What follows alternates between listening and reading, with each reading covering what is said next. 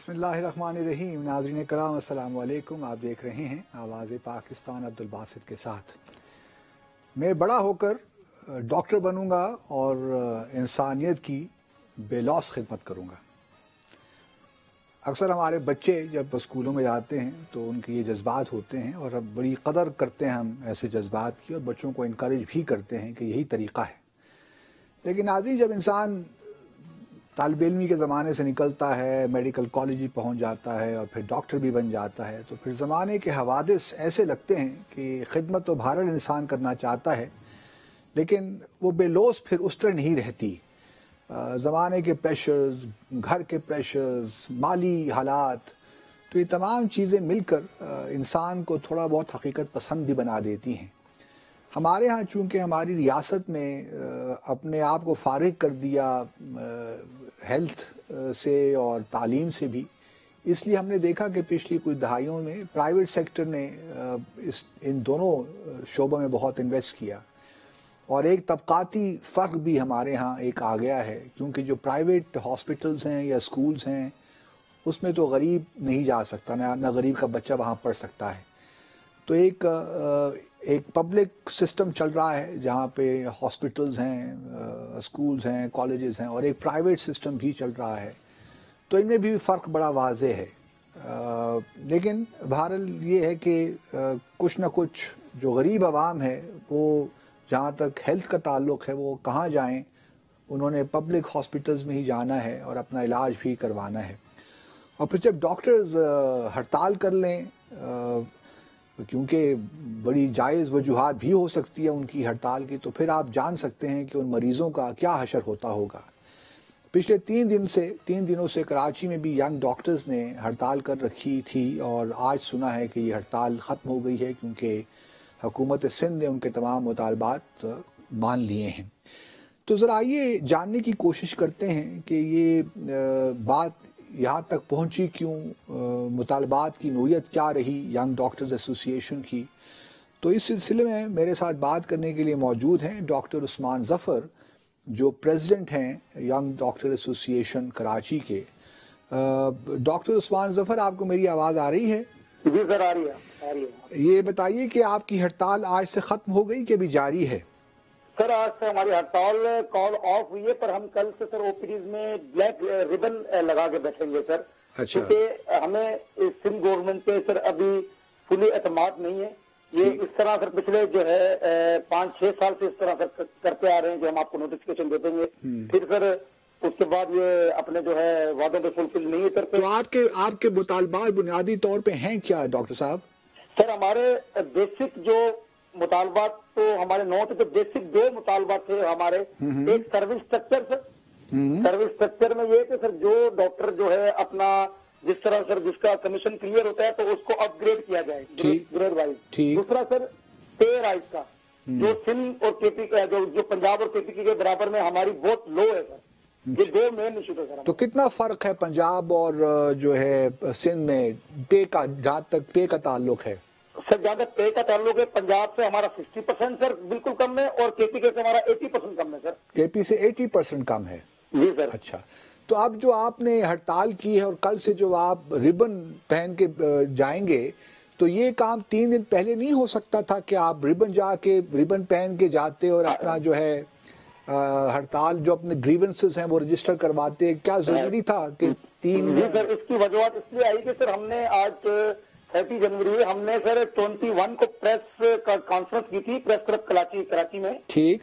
جو ہے young doctor ایسوسی نے اور ان کو بتایا تھا کہ ہمارے یہ مطالبات ہیں. اس سے پہلے بھی ہم کافی مذاکرات ہمارے ہوتے رہے ہیلتھ سیکرٹری سے، ہیلتھ منسٹر جو تھے ان سے جو ہے انہوں نے ہمیں یقین دہانی دلائی تھی کہ ہمارے مسئلے حل ہو جائیں گے. ٹھیک. پر سر وہ مسئلے ہو نہیں چکے. ہم نے ان کو سر الٹیمیٹم دیا تھا یا ان کو ہم نے اپنے مطالبات منوانے کے لیے پریس کانفرنس بھی کی تھی 1 ہفتہ پہلے، پر انہوں نے کسی بندے نے ہم سے جو ہے سر جو ہے کانٹیکٹ نہیں کیا. کسی نے ہم سے پوچھا نہیں آپ لوگوں کے مسئلے کیا ہیں.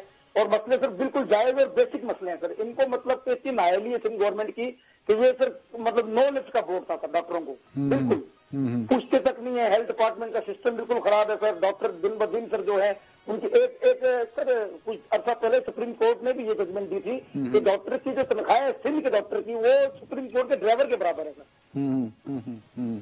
تو یہ بتائیے کہ آپ نے جب یہ 3 دن آپ کی ہڑتال رہی تو آپ لوگوں کو کچھ احساس ہوا کہ لاکھوں لوگ جو ہیں اس جو ہے آپ کی وجہ سے، آپ کی ہڑتال کی وجہ سے کتنی ان کو مشکلات کا سامنا کرنا پڑا ہوا ہوگا؟ کیونکہ یہ تو زندگی اور جان کا یہ تو اس کا معاملہ ہے. آپ کی ہڑتال سے بہت سے لوگ ہیں جو افیکٹ ہوتے ہیں. میں اگر ہڑتال کر لوں گا تو لوگ تو شاید خوش ہوں، لیکن آپ کی ہڑتال سے تو زندگیوں کا معاملہ ہے. تو کیا یہ کچھ اخلاقی طور پہ آپ لوگوں کو مناسب لگتا ہے کہ اس قسم کی ہڑتال کی جائے؟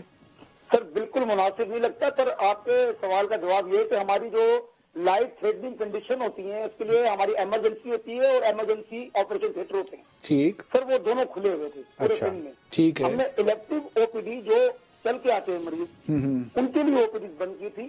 اچھا ٹھیک ہے سر. باقی ایک لائف تھریٹنگ کنڈیشن جو ہے وہاں پہ ڈاکٹر بیٹھے ہوئے تھے اور وہ دیکھ رہے تھے، وہ بند نہیں ہم نے کی. تو اب یہ بتائیے کہ اب آپ کی ہڑتال کل سے ختم ہو گئی ہے تو آپ کیا سمجھتے ہیں کہ حکومت سندھ کو اور کتنے دن چاہیے کہ وہ انہوں نے ہم سے 7 ڈیز مانگے. 7 ڈیز. اوکے. 7 ڈیز کے بعد انہوں نے کہا ہے کہ اگر ہم آپ کے یہ فلفل نہ کریں ڈیمانڈ تو اس کے بعد آپ کا پھر جو دل کرے آپ کریں، انشاءاللہ 7 ڈیز کے اندر ہم کر دیں گے. آج ہماری مطلع وہاب صاحب سے بات ہوئی ہے، انہوں نے چیف منسٹر صاحب سے بات کی ہے، ہیلتھ منسٹر صاحب سے ہماری ملاقات ہوئی ہے آج جو ہے اگر کے صاحبہ سے، اور ہیلتھ سیکرٹری صاحب سے ہماری ملاقات ہوئی ہے. بریف میٹنگ ہوئی ہے ایسوسیشن کی اور ٹی ایم میں دونوں کی جوائنٹ ایکشن کمیٹی کی. تو انہوں نے ہمیں یہ یقین دہانی دلائی ہے کہ انشاءاللہ ود ان 1 ویک ہم سے مانگا ہے پورا ہم کر دیں. تو اور آپ کے جتنے بھی مطالبات تھے، 2 مطالبات جو آپ کہہ رہے ہیں؟ جتنے نہیں، ہمارے صرف 2 مطالبات ہیں. میں صرف آپ کو سر جو ہے یہ بتانا چاہتا ہوں، 2 مطالبات میں ایک سروس سیکٹر سر جی ہاں، جو کہ بہت مشکل ہے. دوسرا سر جو ہماری بیسک پے ہے سر وہ برابر کی جائے سر پنجاب کی. تو یہ دونوں منظور ہو گئے ہیں آپ کے خیال میں؟ سر ان میں سے انہوں نے پے کے اوپر زیادہ دھیان دیا ہے، ابھی تک سروس سٹرکچر پہ نہیں دیا سر. تو اگر سروس اسٹرکچر پہ آپ کے مطالبات نہیں مانے جاتے تو ہفتے کے بعد آپ پھر ہڑتال پہ چلے جائیں گے؟ مجھے امید ہے کہ مان لیے جائیں گے کہ جو 19 گریڈ میں جس نے آنا ہے وہ 20 میں آ جائے گا، تو 17 میں 18 کے اندر میں اس طرح ہو جائے گا انشاءاللہ. اچھا چلیں، بہت شکریہ آپ کا doctor Zafar. I wish you all the best. کیونکہ جو ڈاکٹرز ہیں وہ ہم ایک بڑا مقدس پیشہ ہے یہ جو ہے، اور ہم یہی امید کرتے ہیں اور ہم یہ بھی سمجھتے ہیں کہ آپ لوگوں کی مشکلات بھی ہیں. ڈاکٹرز بھی، انہوں نے بھی زندہ رہنا ہے، ان کی فیملیز بھی ہیں، انہوں نے بھی کھانا پینا ہے. تو اس لیے ہم ان کو بھی براہ راست الزام نہیں دے سکتے کہ وہ ہڑتال کیوں کرتے ہیں. لیکن بہرحال یہ خوشی کی بات ہے کہ ایمرجنسیز وغیرہ اس پہ ہڑتال کا اثر نہیں ہوتا. لیکن ناظرین، بڑی بدقسمتی کی بات ہے کہ معاملات کو اس نہج تک پہنچنے دیا جائے. پہلے تو اگر کوئی کمپیٹنٹ حکومت ہو، اس میں کچھ لوگوں کی مشکلات کا احساس ہو اور ان چیزوں کا ادراک بھی ہو کہ اس قسم کی ہڑتالوں سے عوام کن مشکلات کا سامنا کرتی ہیں، تو شاید ہم حکومت کی طرف سے اس قسم کے رویے نہ دیکھیں. اب جو اس طرح یہ ڈاکٹر عثمان ظفر کہہ رہے ہیں کہ پچھلے کتنے عرصے سے یہ اپنے مطالبات پیش کر رہے ہیں، لیکن سندھ کی حکومت کی جو کان پہ جوں تک نہیں رینگتی، ان کو کچھ احساس ہی نہیں ہوتا کہ ڈاکٹرز بھی آفٹر آل اس معاشرے کا حصہ ہیں، انہوں نے بھی زندہ رہنا ہے. اور اگر ان کے مطالبات جو ہیں وہ بڑے مناسب بھی ہیں. میں بلکہ یہ دیکھ رہا تھا کہ سندھ میں اور جو پنجاب کے ڈاکٹرز کی تنخواہوں کا جو فرق ہے یہ بڑا واضح ہے. مثال کے طور پر ناظرین، سندھ میں جو ایک میڈیکل آفیسر ہے جو آپ کہہ لیں کہ 17 گریڈ میں ہے، اس کی جو تنخواہ ہے وہ 60,000 روپیہ ہے، جبکہ پنجاب میں میڈیکل آفیسر کی تنخواہ 1 لاکھ روپیہ ہے. 18 گریڈ کا جو افسر ہے، ڈاکٹر ہے، اس کی تنخواہ سندھ میں 90,000 ہے اور کراچی اور پنجاب میں 1,70,000. تو یہ کافی فرق ہے. اسی طرح جو ہاؤس رینٹ ہے اس میں بھی فرق ہے. مثال کے طور پر ہاؤس رینٹ سندھ میں 3,000. اب مجھے کوئی بتائے کہ 3,000 میں کہاں کوئی گھر کرائے پہ ملتا ہے آج کل. اور اسی طرح جو ہاؤس رینٹ پنجاب میں ہے وہ تقریباً 30,000 کے لگ بھگ ہے. ہیلتھ الاؤنس جو ہے سندھ میں وہ 15,000 ہے اور پنجاب میں 35,000. تو اب چونکہ یہ جو ہیلتھ کا شعبہ ہے یہ بھی اب پروونسز کی طرف چلا گیا ہے 18th امینڈمنٹ کے بعد خاص طور پہ، تو اب سندھ حکومت کو بہرحال اس پہ توجہ دینی چاہیے. دوسری طرف بلاول صاحب تو صبح شام 18th امینڈمنٹ کی بات کرتے رہتے ہیں، اور جو ہاسپٹلز ہیں ان کی ڈیمانڈ ہے کہ کراچی میں وہ واپس سندھ حکومت کے حوالے کیے جائیں. دوسری طرف اگر ڈاکٹرز کا یہ حال ہے کہ ان کو صحیح جو ان کا پے اسٹرکچر ہے وہی ٹھیک نہیں ہے، وہی اتنا نہیں ہے کہ وہ ایک نارمل زندگی گزار سکیں، اپنی فیملی کو سپورٹ کر سکیں، تو انہوں نے کیا بے لوث خدمت کرنی ہے عوام کی. پہلے ان کو جو بنیادی جو ان کی ضروریات ہیں ان کو تو آپ پورا کیجئے، لیکن سندھ حکومت کا معاذت کے ساتھ پچھلے کئی سالوں سے جو ریکارڈ رہا ہے صحت کے حوالے سے وہ اتنا اچھا نہیں رہا. پھر ہم دیکھتے ہیں کہ تھر میں سینکڑوں بچے میل نیوٹریشن کی وجہ سے جان سے ہاتھ دھو بیٹھے، ہزاروں ہلاکتیں ہوئیں. تو یہ ٹھیک ہے، نعرے بازی سیاست اپنی جگہ پہ، لیکن اگر ہم دیکھیں کہ پچھلے جب سے سندھ کی حکومت، پتہ نہیں کب سے ہے سندھ کی حکومت، وہ قائم علی شاہ صاحب بھی تھے وزیر اعلیٰ، اب مراد علی شاہ صاحب تشریف لائے ہیں، سالوں سال گزر گئے ہیں سندھ کی حکومت کو، لیکن ہمیں جو بنیادی مسائل ہیں عوام کے اس کی طرف ان کی توجہ نہیں جاتی. آج کل صبح شام پیپلز پارٹی کی جو قیادت ہے وہ 18th امینڈمنٹ کا راگ الاپ رہی ہے. نہ جانے کس نے کہہ دیا ان سے کہ پی ٹی آئی کی حکومت 18th امینڈمنٹ سے جان چھڑانا چاہتی ہے یا 18th امینڈمنٹ کو ختم کرنا چاہتی ہے. ایک اور ڈیبیٹ بھی آج کل چل پڑی ہے کہ صدارتی نظام لایا جا رہا ہے.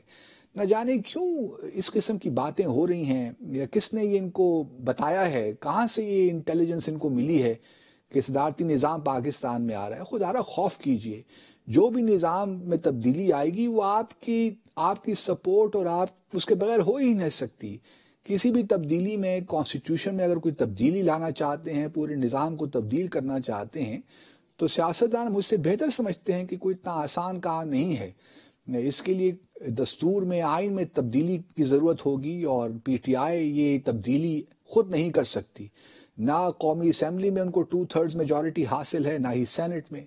تو یہ جو اس وقت جو ایک بحث چل پڑی ہے 18th امینڈمنٹ کے حوالے سے اور صدارتی نظام کے حوالے سے، مجھے سمجھ نہیں آتی کہ اپوزیشن کیوں یہ کر رہی ہے. حالانکہ اپوزیشن بھی اس وقت اگر آپ دیکھیے تو پی ایم ایل این کے علاوہ ان کی تو کوئی اس وقت کہیں بھی حکومت نہیں ہے، لیکن پیپلز پارٹی کو تو خدا را سندھ پہ توجہ دینی چاہیے. ان کی حکومت کئی سالوں سے وہاں پہ موجود ہے، اور سندھ ان کا ایک مضبوط گھڑ بھی ہے. اگر وہ چاہتے ہیں کہ سندھ ان کے ہاتھوں میں رہے تو وہاں ڈیلیور تو کرنا پڑے گا، اور ڈیلیوری بہت ہی ناقص ہے سندھ پروونس کی بدقسمتی کے ساتھ. اور مقابلہ پنجاب کے ساتھ کرتے ہیں. پنجاب میں بھی وہ حالات نہیں ہیں جو ہم سنتے ہیں، لیکن بہرحال سندھ سے قدرے بہتر لگتے ہیں پنجاب کے حالات، جو کہ واضح ہیں. اس پے اسٹرکچر سے بھی ہم دیکھتے ہیں ڈاکٹرز کا. تو ڈاکٹرز کا جہاں تک تعلق ہے، میں ان سے یہی اپیل کر سکتا ہوں کہ آپ کے مطالبات بجا، آپ کی ساری جو مشکلات ہیں وہ بھی ہمیں اس کا احساس ہے، لیکن بہرحال آپ ٹوکن اسٹرائکس بھی ہو سکتی ہیں. ایک دن کر لیا، پھر بیچ میں وقفہ دے دیا، خدا نہ خواستہ، اگر خدا نہ کرے کہ حالات دوبارہ پیدا ہوں، لیکن ابھی کبھی ہوتا ہے اگر ایسے حالات ہو جاتے ہیں تو ان اسٹرائکس کو ایسا کرنا چاہیے کہ عوام بیچاری پوری جو غریب عوام ہے اس پہ براہ راست اس کا بوجھ نہ پڑے، ان کو کوئی تکلیف نہ ہو. کیونکہ آپ جس پیشے سے تعلق ہے، جو آپ نے خود اپنایا ہے، فیصلہ کیا ہے، یہ بڑا مقدس پیشہ ہے. اس کا تعلق انسانی جانوں سے ہے. تو یہ ایک عام پیشہ نہیں ہے کہ اس کو آپ عام طریقے سے ہینڈل کریں. تو میری آپ سے یہی درخواست ہے کہ آپ کے مطالبات سر آنکھوں پہ بجا بھی ہیں، جائز بھی ہیں، اور میں بہرحال اس کا ذمہ دار جو ہے وہ سندھ حکومت کو ٹھہراتا ہوں کہ اگر وہ بر وقت مطالبات مان لیتے تو شاید 3 دن جو سندھ کے کراچی کے عوام نے جو مصیبتیں جھیلی ہیں پبلک ہاسپٹلز کے حوالے سے، وہ شاید وہ مصیبتوں کا سامنا ان کو نہ کرنا پڑتا اگر سندھ حکومت بر وقت یہ مطالبات مان لیتی. لیکن ہمارے ہاں ہر کام دیر سے ہی ہوتا ہے، کیا کیا جائے، بدقسمتی ہے. ایک مختصر سا وقفہ لیتے ہیں ناظرین، اور پھر حاضر ہوتے ہیں ایک نئے موضوع کے ساتھ. ہمارے ساتھ رہیے.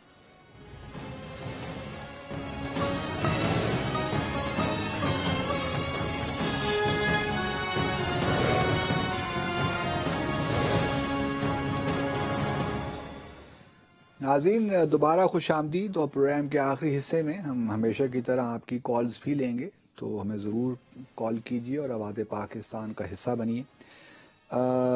کل یو ایس نیشنل انٹیلیجنس جو ڈائریکٹریٹ ہے ان کی طرف سے ان کی جو سالانہ رپورٹ ہوتی ہے وہ پبلش کی گئی، اور اس میں بڑی انٹرسٹنگ باتیں ہیں کہ یہ ہر سال ایشو ہوتی ہے۔ اس میں جو تھریٹ اسیسمنٹ ہے اس کو اسیس کیا جاتا ہے کہ یو ایس کو کہاں کہاں سے چیلنجز ہیں، کہاں کہاں سے تھریٹس ہیں۔ تو ان میں 2-3 باتیں بڑی انٹرسٹنگ ہے جو پریزیڈنٹ ٹرمپ کا جو بیانیہ ہے اس سے بالکل مختلف ہیں۔ مثال کے طور پر ایران کے متعلق جو ہے یہ رپورٹ بڑے ایکسپلیسٹ انداز میں یہ کہتی ہے کہ جو ایران بالکل جو ایگریمنٹ ہے 2015 کا nuclear agreement, joint comprehensive agreement, اس پہ وہ عمل کر رہا ہے، اور کوئی اس نے ایسا کام نہیں کیا پچھلے 3 سالوں میں جس سے یہ معلوم ہو کہ وہ اس کو وہ وائلیٹ کر رہا ہے اس ایگریمنٹ کو۔ جہاں تک پریزیڈنٹ ٹرمپ کا تعلق ہے، ہم سب جانتے ہیں کہ وہ بار بار یہی کہتے رہے ہیں یا کہہ رہے ہیں کہ ہم ایران پہ یقین ٹرسٹ نہیں کر سکتے، اس پہ اعتماد نہیں کر سکتے، اور ایران کچھ نہ کچھ کر رہا، اور نہ صرف یہ بلکہ وہ جو ٹیرر ایکٹیویٹیز ہیں اس کی خاص طور پہ مڈل ایسٹ میں اس کو بھی وہ تقویت دے رہا ہے ایران۔ تو بہرحال ایک یہ بڑا انٹرسٹنگ ایک ہے۔ اس کے بعد نارتھ کوریا کے بارے میں بھی جو یہ رپورٹ ہے امریکن جو نیشنل انٹیلیجنس رپورٹ ہے، اس کا کہنا یہ ہے کہ نارتھ کوریا جو ہے وہ اپنا جو اس کا نیوکلیر اور میزائل پروگرام ہے وہ جاری رہے گا، اور کوئی صورت نظر نہیں آتی کہ وہ اس کو ختم کر دے۔ دوسری طرف پریزیڈنٹ ٹرمپ نارتھ کوریا کو لے کر بڑے پر امید ہیں کہ ان کی جو ملاقات پہلے ہوئی کنگ جان ان کے ساتھ وہ بڑی کامیاب رہی۔ اب دوبارہ نارتھ کوریا کے لیڈر سے ان کی ملاقات ہے اگلے ماہ۔ وہ بڑے مطمئن ہیں کہ ان کی جو یہ ملاقاتیں ہو رہی ہیں کم جونگ ان سے، وہ بڑی اس کا بڑا فائدہ ہے، اور آہستہ آہستہ وہ جو کورین پیننسلا ہے اس کو ڈی نیوکلرائزیشن کی طرف لے کر جا رہے ہیں۔ تو یہ بھی پریزیڈنٹ ٹرمپ کا اپنے بارے میں کہنا ہے۔ یہ بات اپنی جگہ حقیقت ہے ناظرین کہ یہ مسائل جو ہیں کوئی اتنے آج کے نہیں ہیں، یہ بڑے عرصے سے یہ مسائل چل رہے ہیں۔ تو پریزیڈنٹ ٹرمپ اگر 2 سال میں کچھ نہیں کر سکے ان معاملات میں تو ان کو کوئی اتنا الزام بھی نہیں دینا چاہیے۔ یہ بھی بہت بڑی بات ہے کہ انہوں نے ایک پرانی جو ٹریڈیشنل ایک ٹیبو تھا کہ نارتھ کورین لیڈر کے ساتھ ہم نے بات چیت ہی نہیں کرنی، گو کہ اس سے پریزیڈنٹ اوباما کے زمانے میں بھی کچھ اسپیشل انوائے گئے تھے، لیکن انہوں نے تو براہ راست جو ہے میٹنگ کی نارتھ کورین پریزیڈنٹ کے ساتھ۔ تو یہ ایک بہت بڑی میں سمجھتا ہوں کہ بہت بڑا اسٹیپ تھا امریکہ کی طرف سے۔ تو یہ کہا جا سکتا ہے کہ جو صدر ٹرمپ ہیں وہ ایک کوئی کنونشنل ڈپلومیسی پہ یقین نہیں رکھتے، ان کا اپنا ایک طریقہ کار ہے، اپنا ایک ورلڈ ویو ہے، اپنا ایک انداز ہے سوچنے سمجھنے کا، تو وہ اسی حساب سے نان کنونشنل طریقے سے اپنا کام کرتے ہیں۔ اسی لیے جو اسٹیبلشمنٹ ہے وہ بھی حیران ہے، پریشان ہے، کیونکہ جو سفارت کاری یا جو ڈپلومیسی وہ کرتے رہے یہ بالکل اس سے جدا ہے۔ اسی طرح افغانستان کے معاملے میں بھی انٹیلیجنس رپورٹ کا یہی کہنا ہے کہ یہاں سے اگر وڈرال ہوتی ہے پوری تو یہاں پہ داعش بھی دوبارہ زیادہ پاؤں جما سکتی ہے، اسی طرح القاعدہ بھی دوبارہ فعال ہو سکتی ہے۔ جہاں تک پریزیڈنٹ ٹرمپ کا تعلق ہے وہ یہ کلیم کرتے ہیں کہ داعش کا تو خاتمہ بس ہوا چاہتا ہے، تقریباً 90-95% تو خاتمہ ہو چکا ہے، اب تھوڑا بہت رہ گیا ہے، وہ بھی اگلے کچھ ماہ یا اس سال میں ہو جائے گا۔ تو پریزیڈنٹ ٹرمپ داعش کو بھی لے کر بڑے پر امید ہیں، بٹ یہ جو نیشنل انٹیلیجنس رپورٹ ہے اس کے کچھ اور کنکلوژنز ہیں۔ اسی طرح ایک بڑا انٹرسٹنگ کنکلوژن اس رپورٹ کا یہ بھی ہے کہ جو بھارت میں انتخابات ہونے جا رہے ہیں اپریل میں اس سے پہلے ایک بڑا جو وائلنس ہو سکتا ہے، انٹر کمیونل وائلنس بھی ہو سکتا ہے، کیونکہ ہندو اور مسلمانوں کے درمیان فسادات ہو سکتے ہیں، یا اور تو ایک قسم کا یہ اندیا دیا ہے کہ الیکشنز شاید اتنے پرامن نہ ہوں، وہاں پہ جو ہے کچھ ایسی صورتحال ڈیولپ ہو سکتی ہے، اور یہ بات کسی حد تک درست لگتی ہے، کیونکہ اس وقت بی جے پی جو ہے جو پرائم منسٹر مودی ہیں ان کی پوزیشن کوئی اتنی اسٹرانگ اس طرح نہیں رہی جو ہم سب توقع رکھتے تھے. پچھلے انتخابات میں جو 2014 میں ہوئے تھے ناظرین، بی جے پی نے معذرت چاہتا ہوں، بی جے پی نے تقریباً 372 سیٹیں لی تھیں، اور اتر پردیش میں جو کہ سب سے بڑا صوبہ ہے یا اسٹیٹ ہے، وہاں سے تقریباً 80 میں سے 74 یا 75 سیٹیں بی جے پی نے جیتی تھیں، اور اب وہاں پہ حالات ویسے نہیں رہے. تو ممکن ہے کہ یہ پرائم منسٹر یا بی جے پی ابھی بھی یہ الیکشن جیت جائے، لیکن اس اکثریت کے ساتھ نہیں جیت پائے گی جو 2014 میں ہم نے دیکھا. اس وقت کانگریس وغیرہ دوسری جو اپوزیشن کی جماعتیں ہیں، جو علاقائی جماعتیں، ان کے ساتھ مل کر لائنز بنانے کی کوشش کر رہی ہے. اتر پردیش میں تو خاص طور پہ بہوجن سماج پارٹی اور سماج وادی پارٹی جو ہے بی ایس پی، اور سماج وادی پارٹی جو اکھلیش اور میاواتی جو ہیں دلت کی لیڈر، ان کے درمیان آلریڈی الائنس ہو گیا ہے. تو اتر پردیش میں کہتے یہی ہیں کہ اب وہ جو سیٹیں ہیں 74-75 سے کم ہو کر شاید 40-45 تک آ جائیں بی جے پی کی، تو یہ بڑا ٹف معاملہ ہوگا. اسی طرح ویسٹ بنگال میں، ساتھ اڑیسہ میں اور تامل ناڈو میں، یہاں بھی پوزیشن اس طرح اسٹرانگ نہیں ہے. پھر راجستھان، مدھیہ پردیش میں تو ہم نے دیکھا کس طرح بی جے پی کو بھی حال ہی میں وہاں اسٹیٹ الیکشنز میں شکست ہوئی. تو اس صورتحال کو سامنے رکھتے ہوئے، اور پھر جس طرح میں پہلے بھی اپنے کئی پروگرامز میں یہ کہہ چکا ہوں کہ بی جے پی یا پرائم منسٹر مودی اس طرح ڈیلیور نہیں کر سکے، خاص طور پہ اکنامک ڈیولپمنٹ پہ. ان کے دو انیشیٹیوز، ایک ڈی مانیٹائزیشن کا اور دوسرا ڈائریکٹ جو سیلز ٹیکس کا معاملہ تھا، وہ بری طرح ناکام ہوئے. تو کسان بھی وہاں بڑا پریشان ہے. تو اس وجہ سے وہ جو ایک پرومس تھا کہ میں اکنامیکلی ڈیلیور کروں گا، وہ بھی اس طرح نہیں ہو سکا جس طرح لوگ توقعات رکھتے تھے. تو یہ ممکن ہے کہ بی جے پی کی صورتحال وہاں وائلنس ہو، تاکہ تھوڑا سا ہندو ووٹ جو ہے پھر دوبارہ بی جے پی لینے کی کوشش کرے. تو یہ بھی ایک بڑا انٹرسٹ ہے. دوسرا جو ایک بڑی انٹرسٹنگ کنکلوژن ہے وہ یہ ہے کہ چائنا اور بھارت کے تعلقات میں بھی پرابلمز رہیں گے، اور گو کہ ان کے درمیان تجارت بھی ہو رہی ہے. اس وقت تقریباً 70 بلین کی ٹریڈ ہے، اور وہ بڑا heavily in favour of China. 60 billion China export کرتا ہے، اور 10 بلین کی جو ایکسپورٹ ہے وہ بھارت سے چائنا ہوتی ہے. لیکن ان کے بھی تعلقات میں وہ گرم جوشی پیدا نہیں ہو سکے گی because of number of issues. ایک تو ان کے جو ہیں بارڈر ڈسپیوٹس بھی ہیں، دوسرا پھر یہ ہے کہ چائنا انویسٹمنٹ کرنا چاہتا ہے بھارت میں، لیکن بھارت کے اندر کافی اس کو لے کر کنسرنز بھی ہیں کہ ہم پوری طرح چائنا کے ساتھ وہ معاملات نہیں کر سکتے جو ہم امریکہ کے ساتھ زیادہ کمفرٹیبل فیل کرتے ہیں. پھر امریکہ کی اپنی اسٹریٹجک پریارٹیز ہیں ویزاوی بھارت، تو یہ معاملات بھی کوئی اتنے قریب نہیں آ سکیں گے چائنا اور بھارت بھی. پاکستان کو لے کر وہی پرانی گھسی پیٹی باتیں ہیں ناظرین، کہ یہاں پہ سیف ہیونز ہیں، طالبان کو سپورٹ کر رہے ہیں، وہی پرانی باتیں. اب ان باتوں میں کوئی خاص جان نہیں رہی، اس لیے ہم ان باتوں کو اتنی اہمیت بھی نہیں دیتے. پاکستان پچھلے کئی سالوں سے کوشش کر رہا ہے کہ یہاں امن ہو، اور ہماری کوششیں اب لوگ اپریشیٹ، دنیا بھر میں اپریشیٹ کی جا رہی ہیں. تو لہٰذا انٹیلیجنس رپورٹ انٹرسٹنگ ہے، کچھ کنکلوژنز اس کے ٹھیک ہیں، کچھ کنکلوژنز مجھے لگتا ہے کہ فار فیشڈ ہیں، لیکن بہرحال اگر آپ کو موقع ملے تو آپ ضرور پڑھیے. لیکن کوئی اتنی کریڈیبل رپورٹ اس حوالے سے نہیں ہے، بٹ اس کو پڑھنے کے بعد آپ اپنے خود کنکلوژنز ڈرا بھی کر سکتے ہیں. ایک مختصر سا وقفہ لیتے ہیں اور پھر حاضر ہوتے ہیں ناظرین. آپ کی کالز بھی لیں گے، ہمارے ساتھ رہیے.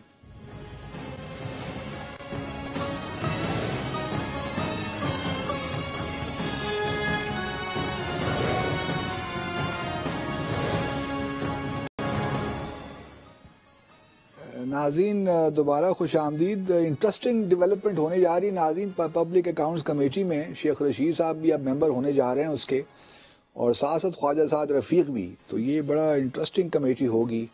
اور شیخ رشید صاحب نے تو چونکہ یہ کہا تھا کہ مجھے کوئی روک نہیں سکتا، اور اب یہ فیصلہ ہو گیا ہے پی ٹی آئی کی طرف سے کہ ان کو بھی ممبر بنایا جائے، اور ساتھ ساتھ خواجہ سعد رفیق بھی ممبر بننے جا رہے ہیں۔ دوسری طرف ہمارے فارن منسٹر نے کل بات کی، ٹیلی فونک بات کی جو ہے میر واعظ عمر فاروق صاحب سے، جو حریت کانفرنس کے چیئر پرسن بھی ہیں، اس کو لے کر بھارت میں بڑا بابلا مچا ہوا ہے، اور اس کو اس طرح تشریح اس کی جا رہی ہے کہ ایک طرف تو پاکستان ہمیں کہتا ہے کہ ہم کشمیر کے بھارت کے ساتھ ڈائیلاگ کرنا چاہتے ہیں، اور دوسری طرف پاکستان کے فارن منسٹر میر وائس سے رابطہ قائم کر رہے ہیں۔ تو یہ بھی کوئی عجیب سی منطق ہے، بھارت کی سمجھ نہیں آتی کہ ان رابطوں سے کیا تعلق ہے۔ ہم نے کبھی کشمیر سے وڈرا تو نہیں کیا جو ہماری پرنسپل پوزیشن ہے، اور ہم سمجھتے ہیں کہ جو حریت کانفرنس ہے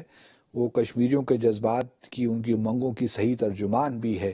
تو یہ بھارت میں میڈیا اس سے بہت شور مچا رہا ہے، اور اس کو اس طرح پریزنٹ کر رہا ہے کہ یہ پاکستان کا دوغلا پن ہے۔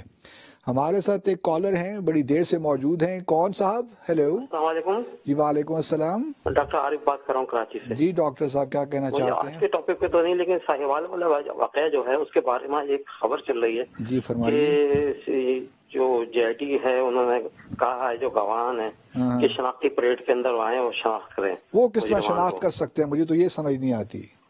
لیکن مجرمان کو شناخت کرنے کی ضرورت کیا ہے؟ یہ تو پہچاننے میں کہ بھئی سی ٹی ڈی کے میں ہیں، اور گاڑی گئی تھی سی ٹی ڈی کی، ان کو جس نے بھیجا ہے ان کے افسران نے بھیجا ہے، ان کے افسران کو پتا ہوا کون سی گاڑی بھیجا تھا۔ اور دوسرے میں سمجھتا ہوں یہ تو جو پولیس والے ہیں یہ تو بالکل بے قصور ہیں، ان کو اوپر سے آرڈر دیا جائے کہ یہ گاڑی ہے اس کو ٹریس کرو۔ اور بیچارے جو بچے 3 بچے ہیں وہی بچ گئے وہاں سے، باقی تو جو ایڈلٹس تھے ان کو تو سب کو ہلاک کر دیا گیا، شہید کر دیا گیا۔ اب ان بچوں کو اس ٹراما سے گزارنے کی کیا ضرورت ہے؟ مجھے تو سمجھ نہیں آتی، اور میں بالکل آپ سے اتفاق کرتا ہوں کہ یہ بھی ایکسرسائز ایک صرف دکھانے کے لیے ہے، انفیوٹائل ہے، کوئی اس کا مقصد نہیں ہے۔ ان بچوں کو خدا را اب اس سے ذرا دور رکھیے، وہ پہلے ہی اتنے پریشر میں ہوں گے نفسیاتی طور پہ کہ کچھ سمجھ نہیں آتی کہ ہم کس طرح ٹریٹ کرتے ہیں۔ دکھ ہوتا ہے۔ ایک اور کالر ہمارے ساتھ، کون صاحب؟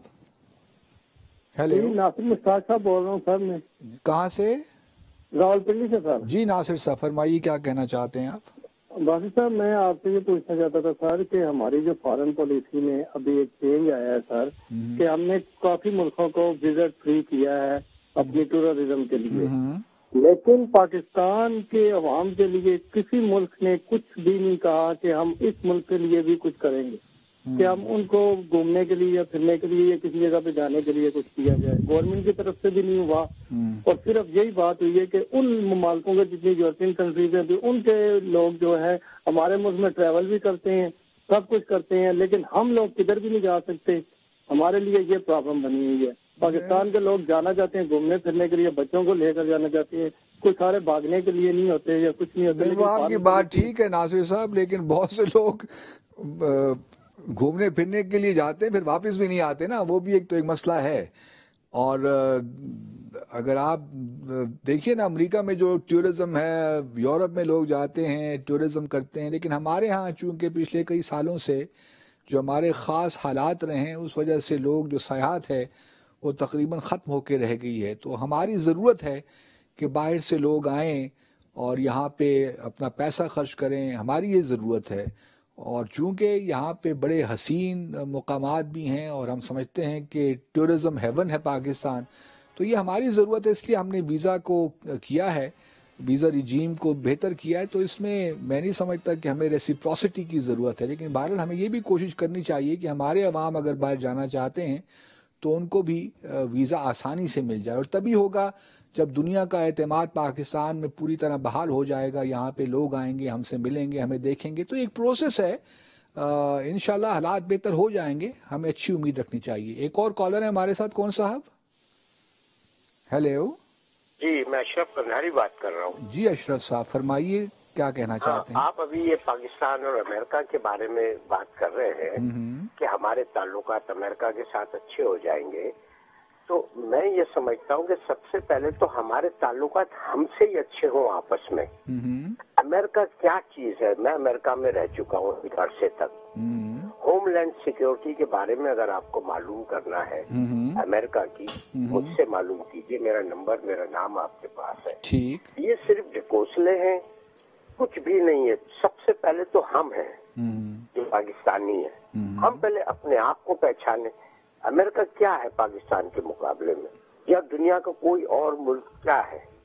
ہم جب تک مضبوط نہیں ہوں گے، ہم ایمانداری سے اپنے ملک کے بارے میں نہیں سوچیں گے، ہمیں کوئی بھی نہیں ویلیو ہماری کرے گا، کوئی بھی ہم کو نہیں سمجھے گا. ہمیں تو اپنے بارے میں پہلے. اور میں آپ کو ایک بات اور بتا دوں، بہت جلدی میں بات کرنا چاہ رہا ہوں. پاکستان کی معیشت اور پاکستان کو اگر آپ واقعی یہ چاہتے ہیں کہ مستحکم ہو، میرے پاس پلان ہے. میں آپ کو بتاتا ہوں کہ پاکستان کس طریقے سے تبدیل صرف 5 سے 10 سال کے اندر، آئی گارنٹی اٹ، کہ دنیا میں پاکستانی کہیں نہیں ہوگا، پاکستان میں ہوگا. خود عزت سے کمائے گا اور عزت سے کھائے گا. یہ صرف میں آپ کو. چلیں قندھاری صاحب، بہت شکریہ. مجھے امید ہے کہ جو آپ کا پلان ہے آپ حکومت کے ساتھ آپ نے کسی لیول پہ شیئر کیا ہوگا، اگر نہیں تو آپ سے انشاءاللہ بات پھر ہوتی ہے. میں نے کبھی یہ نہیں کہا کہ ہمارے تعلقات کوئی بہتر ہو رہے ہیں امریکہ کے ساتھ. میں تو ایک جو ان کی رپورٹ، انٹیلیجنس رپورٹ ہے، اس حوالے سے بات کر رہا تھا. ہمارے جو ہے بڑی ڈائیورجنسز ہیں، اس لیے کوئی تعلقات میں گرم جوشی، جو اسٹریٹجک پارٹنرشپ ہے، وہ تو سوال ہی پیدا نہیں ہوتا. تو بہرحال اس طرح ٹرانزیکشنل طریقے سے ہمارے تعلقات چلتے رہیں گے. ایک اور کالر ہے ہمارے ساتھ. کون صاحب؟ جی سر، میاں فیضان بات کر رہا ہوں سیالکوٹ سے. جی فیضان صاحب، کیا کہنا چاہتے ہیں آپ؟ سر میرے ایک دو کوشچنز ہیں آپ سے، بڑے خوشخاص قسم کے، تو وہ میں آپ سے پوچھنا چاہوں گا. جی فرمائیے. سر دیکھیے، ہمارے جتنے بھی کیا کہتے ہیں ممبر آف نیشنل اسمبلی ہیں، ٹھیک ہے، ایم این ایز ہیں، یہ سب لوگ ہمارے لیے ہی وہاں پہ بیٹھے ہیں نا، ہم لوگوں کو ریپرزینٹ کرنے کے لیے، ہم لوگوں کے مسئلے مسائل، کیونکہ ہم لوگوں نے ان کو الیکٹ کیا. سب سے بڑی پاور تو جو ہے وہ تو عوام ہے. تو یہ پچھلے 6 ماہ سے ایک بھی ہم نے کوئی ایسا موقع نہیں دیکھا جہاں پہ وہ ہمارے لیے کوئی بندہ بات کر رہا ہے. ہمارے ایشوز پہ اپوزیشن اور گورنمنٹ ایک پلیٹ فارم پہ ہے. صرف یہ لوگ اپنے لیے پرسنل اٹیکس کرنے کے لیے ان لوگوں نے اس ٹائم پارلیمنٹ کو استعمال کر رہے ہیں. تو آپ کسے قصوروار سمجھتے ہیں یہ سارے معاملے میں؟ ایسا کیوں ہوتا ہے آپ کے خیال میں؟ سر اس لیے ہوتا ہے کیونکہ اوبویسلی ایک نئی گورنمنٹ آئی ہے. ایک یہ جتنے بھی گورنمنٹ میں لوگ ہیں یہ سب نئے لوگ ہیں 80%. ٹھیک ہے، تو یہ اپوزیشن کا بیسیکلی ہے کہ اپوزیشن نے ایک بات کی ٹھان لی ہے کہ جی ہم نے صرف جو ہے وہ ان پہ کرٹیسائز کرنا ہے. دیکھیں کرٹیسائز تو آپ تب کریں گے نا جب پہلے آپ ان کو کچھ کرنے کا موقع دیں گے. بالکل. چلیں یہ آپ کا نقطہ نظر ہے، لیکن بہرحال ہم نے دیکھا ہے کہ جب پچھلے 5 سال بھی جو مسلم لیگ کی حکومت تھی، اس میں بھی پارلیمنٹ کو اس طرح وقت نہیں دی جاتی تھی. وزیر اعظم صاحب تشریف ہی نہیں لاتے تھے اس پارلیمنٹ میں. اس پارلیمنٹ کا بھی وہی تقریباً حال ہے، لیکن ہم امید کرتے ہیں کہ جو قانون سازی ہے، جو پارلیمنٹ کا اصل کام ہے، اس پہ توجہ دیں گے. اور ابھی کچھ بلز بھی آنے والے ہیں، تو لیٹس ہوپ کہ things get better in the months ahead. آج کے پروگرام کا وقت ناظرین ختم ہوا. انشاءاللہ کل آپ سے ملاقات ہوگی. اپنا خیال رکھیے. اللہ حافظ. پاکستان زندہ باد.